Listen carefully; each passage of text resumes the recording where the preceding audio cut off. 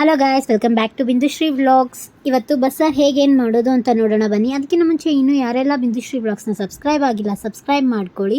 S, ಬನ್ನಿ ಈಗ ಬಸ್ಸಾರು ಹೇಗೇನು ಮಾಡೋದು ಅಂತ ನೋಡೋಣ. ಫಸ್ಟ್ ಇಲ್ಲಿ ನಾನು ಬಾಣಲಿ ತೊಗೊಂಡಿದ್ದೀನಿ. ಬಾಣಲಿಯಲ್ಲಿ ಜೀರಿಗೆ ಮೆಣಸು ಎರಡೂ ಹುರ್ಕೊಳ್ಬೇಕು. ಸ್ವಲ್ಪ ಕೆಂಪಗಾಗೋವರೆಗೂ ಹುರ್ಕೊಳ್ಬೇಕು. ಹುರ್ಕೊಂಡಿದ್ದಾದಮೇಲೆ ಇಲ್ಲಿ ನಾನು ಒಣಮೆಣ್ಸಿನ್ಕಾಯಿ ತೊಗೊಂಡಿದ್ದೀನಿ. ಒಣಮೆಣ್ಸಿನ್ಕಾಯಿ 5 ತೊಗೊಂಡು 5ನ್ನು ಹುರ್ಕೊಳ್ಬೇಕು. ನಾನು ಇಲ್ಲಿ ಯಾವುದೇ ಥರದ ಎಣ್ಣೆ ಹಾಕ್ಕೊಂಡಿಲ್ಲ, ಹಂಗೆ ಡ್ರೈ ರೋಸ್ಟ್ ಮಾಡ್ಕೊಳ್ತಿದ್ದೀನಿ. ಇದನ್ನು ಹುರ್ಕೊಂಡು ಪಕ್ಕಕ್ಕೆ ಇಟ್ಕೊಂಡು ನೆಕ್ಸ್ಟ್ ಅದೇ ಬಾಣಲಿಗೆ ಸ್ವಲ್ಪ ಎಣ್ಣೆ ಹಾಕಿ ಈರುಳ್ಳಿನ ಹಾಕ್ಕೊಂಡಿದ್ದೀನಿ. ಈರುಳ್ಳಿ, ಬೆಳ್ಳುಳ್ಳಿ, ಕರಿಬೇವಿನ ಸೊಪ್ಪು ಹಾಕಿ ಚೆನ್ನಾಗಿ ಹುರ್ಕೊಳ್ಬೇಕು ಕೆಂಪಗಾಗೋವರೆಗೂ. ನೋಡಿ, ಇಲ್ಲಿ ನಾನು ಹುರ್ಕೊಳ್ತಿದ್ದೀನಿ. ಆ್ಯಂಡ್ ಕಾಳು ಬೇಯಿಸ್ಕೊಂಡಿರ್ತೀವಲ್ಲ, ನಾನಿಲ್ಲಿ ತೊಗರಿ ಬೇಳೆ ಮತ್ತು ಹೆಸರು ಕಾಳು ಮತ್ತು ಹೀರೆಕಾಯಿ ತೊಗೊಂಡಿದ್ದೀನಿ. ಆ ನೀರನ್ನ ಅದನ್ನೆಲ್ಲ ಹಿಂಡ್ಕೊಂಡು ಅದು ಸಪ್ರೇಟ್ ನೀರು ಇರುತ್ತಲ್ಲ, ಅದಕ್ಕೆ ಹುಣಸೆಹಣ್ಣು ಹಾಕ್ಕೊಂಡು ನೆನೆಸಿಟ್ಕೋಬೇಕು. ಆ್ಯಂಡ್ ಇದು ಈರುಳ್ಳಿ, ಬೆಳ್ಳುಳ್ಳಿ ಮತ್ತು ಕರಿಬೇವು ಅದಾಗಿದೆ, ಫ್ರೈ ಆಗಿದೆ. ಸೊ ಪಕ್ಕಕ್ಕೆ ಇಟ್ಕೊಂಡು ನಾನಿಲ್ಲಿ ಅದೇ ಬಾಣಲಿಗೆ ಸ್ವಲ್ಪ ಎಣ್ಣೆ ಹಾಕಿ ಟೊಮೊಟೊ ಮತ್ತು ಕೊತ್ತಂಬರಿ ಸೊಪ್ಪನ್ನ ಫ್ರೈ ಮಾಡ್ಕೊಳ್ತಿದ್ದೀನಿ. ಆ್ಯಂಡ್ ಇಲ್ಲಿ ಒಂದು ಮಿಕ್ಸಿ ಜಾರ್ ತೊಗೊಂಡು ಕಾಯಿ, ಒಣಮೆಣ್ಸಿನ್ಕಾಯಿ, ಜೀರಿಗೆ, ಮೆಣಸು ಹಾಕ್ಕೊಂಡು ಅದನ್ನು ಡ್ರೈನೇ ಪೌಡರ್ ಮಾಡ್ಕೊಳ್ತಿದ್ದೀನಿ. ಅದೇ ಪೌಡರ್ ಜಾರಿಗೆ ನೆಕ್ಸ್ಟ್ ಇಲ್ಲಿ ಟೊಮೊಟೊ, ಈರುಳ್ಳಿ, ಬೆಳ್ಳುಳ್ಳಿ, ಕೊತ್ತಂಬರಿ ಎಲ್ಲ ಫ್ರೈ ಮಾಡ್ಕೊಂಡಿದ್ವಲ್ಲ, ಅದನ್ನು ಹಾಕ್ಕೊಂಡು ಸ್ವಲ್ಪ ನೀರು ಹಾಕ್ಕೊಂಡು ಗ್ರೈಂಡ್ ಮಾಡಿ ಇಟ್ಕೊಳ್ಬೇಕು ಪೇಸ್ಟ್ನ.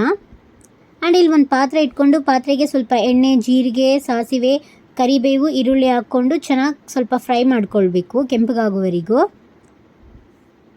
ಅದು ಕೆಂಪಗಾಗಿದ ನಂತರ ಅದಕ್ಕೆ ನಾನಿಲ್ಲಿ ರುಬ್ಬಿಟ್ಕೊಂಡಿದ್ವಲ್ಲ ಪೇಸ್ಟ್ನ, ಆ ಪೇಸ್ಟ್ ಹಾಕಿ ಚೆನ್ನಾಗಿ ಮಿಕ್ಸ್ ಮಾಡ್ಕೊಳ್ಬೇಕು.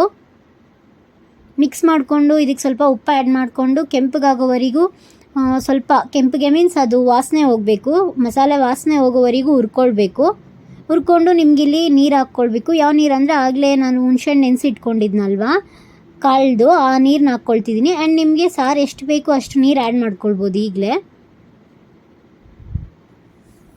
ನಾನಿಲ್ಲಿ ಪಲ್ಯಕ್ಕೆ ಆಗಲೇ ಬೇಯಿಸ್ಕೊಂಡಿದ್ನಲ್ಲ ಕಾಳು ಮತ್ತು ಬೇಳೆನೂ, ಹೆಸರು ಕಾಳು ಮತ್ತು ಹೀರೆಕಾಯಿನ, ಅದು ಹಿಂಡಿಟ್ಕೊಂಡಿರೋ ರಸ ಬರುತ್ತಲ್ಲ, ಅದನ್ನು ಹಾಕ್ಕೊಂಡ್ರು ಇನ್ನೂ ಟೇಸ್ಟ್ ಚೆನ್ನಾಗಿರುತ್ತೆ. ಇಲ್ಲಿ ಹಾಕ್ಕೊಳ್ತಿದ್ದೀನಿ. ಹಾಕ್ಕೊಂಡು ಚೆನ್ನಾಗಿ ಕುದಿಯೋಕ್ಕೆ ಬಿಡಬೇಕು. ಕುದ ನಂತರ ಸಾರು ರೆಡಿ ಆಗುತ್ತೆ. ಬಸ್ಸಾರು ತುಂಬ ಟೇಸ್ಟಿಯಾಗಿರುತ್ತೆ. ಟ್ರೈ ಮಾಡಿ ನೋಡಿ, ನಿಮಗೂ ಇಷ್ಟ ಆಗುತ್ತೆ. ನೋಡಿ, ಇದು ಆಗಿದೆ, ತುಂಬ ಚೆನ್ನಾಗಿರುತ್ತೆ. ಆ್ಯಂಡ್ ಇಲ್ಲಿ ಪಲ್ಯ ಹೇಗೆ ಮಾಡೋದು ಅಂತಂದರೆ, ಇಲ್ಲಿ ನಾನು ನೀರು ತೊಗೊಂಡು ಫಸ್ಟ್ ಬೇಳೆ ಹಾಕ್ಕೊಂಡಿದ್ದೀನಿ, ತೊಗರಿ ಬೇಳೆ ಮತ್ತು ಹೆಸರು ಕಾಳು. ಅದು ಸ್ವಲ್ಪ ಬೆಂದಾದಮೇಲೆ ಹೀರೆಕಾಯಿ ಹಾಕಿ ಬೇಯಿಸ್ಕೊಂಡು ಸ್ವಲ್ಪ ಉಪ್ಪು ಹಾಕಿ ಬೇಯಿಸ್ಕೊಳ್ಬೇಕು.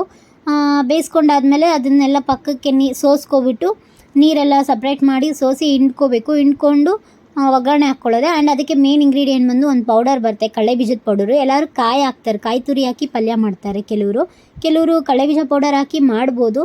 ಬಟ್ ನಾವು ಯಾವ ಥರ ಏನು ಮಾಡ್ತೀವಿ ಅಂತ ನೋಡಬೇಕು, ತಿಳ್ಕೊಬೇಕು ಅಂದರೆ ಶಾರ್ಟ್ಸಲ್ಲಿದೆ ಪಲ್ಯದ್ದು. ಸೊ ಶಾರ್ಟ್ಸಲ್ಲಿ ಹೋಗಿ ಚೆಕ್ ಮಾಡಿ. ತುಂಬ ಚೆನ್ನಾಗಿರುತ್ತೆ ಈ ಥರ ಪಲ್ಯ ಮಾಡ್ಕೊಂಡು ತಿಂದರೆ. ಯಾವಾಗೂ ಒಂದೇ ಥರ ಅಲ್ದಿರ ಒಂದೊಂದು ಸಲ ಒಂದೊಂದು ಥರ ಮಾಡ್ಕೊಂಡು ತಿಂದರೆ ಚೆನ್ನಾಗಿರುತ್ತಲ್ವ ಟೇಸ್ಟ್. ಸೊ ಟ್ರೈ ಮಾಡಿ ನೋಡಿ, ತುಂಬ ಚೆನ್ನಾಗಿರುತ್ತೆ ಟೇಸ್ಟು. ಶಾರ್ಟ್ಸಲ್ಲಿದೆ, ಒಂದು ಸಲ ಚೆಕ್ ಮಾಡಿ ನೋಡಿ ಪಲ್ಯ ರೆಸಿಪಿ ಬೇಕು ಅಂತಂದರೆ. ನೋಡಿ, ಪಲ್ಯ ಈ ಥರ ಇದೆ, ತುಂಬ ಚೆನ್ನಾಗಿರುತ್ತೆ. ಟ್ರೈ ಮಾಡಿ ನೋಡಿ. ಆ್ಯಂಡ್ ಟ್ರೈ ಮಾಡಿದರೆ ಕಮೆಂಟ್ ಮೂಲಕ ತಿಳಿಸಿ. Thank you for watching. Have a good day. Bye. And Bindushree ವ್ಲಾಗ್ಸ್ನ ಸಬ್ಸ್ಕ್ರೈಬ್ ಆಗೋದು ಮರಿಬೇಡಿ.